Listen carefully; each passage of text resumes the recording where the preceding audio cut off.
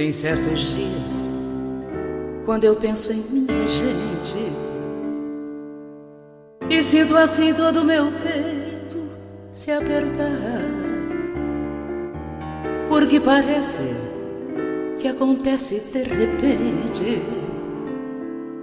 como o desejo de eu viver sem me notar,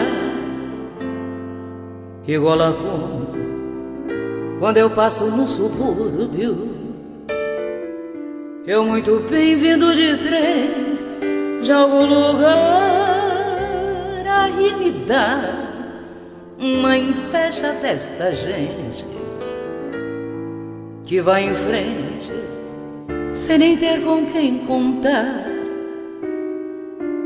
São casais simples com cadeiras na calçada e na fachada escrito em cima que é um lar. Pela varanda, flores tristes e baldias, como alegria que não tem onde encostar. Aí me dá uma tristeza no meu peito despeito de não ter como lutar. E eu que não creio, peço a Deus por minha gente. É gente humilde, que vontade de chorar.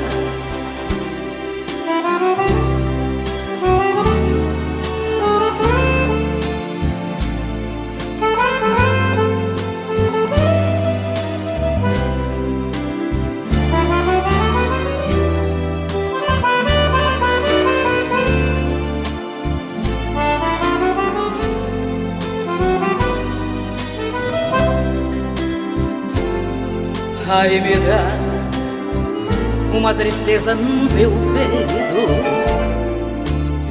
peito despeito de não ter como lutar. E eu que não creio, peço a Deus por minha gente. É gente humilde, que vontade de chorar. E eu que não creio, peço a Deus por minha gente. É gente humilde,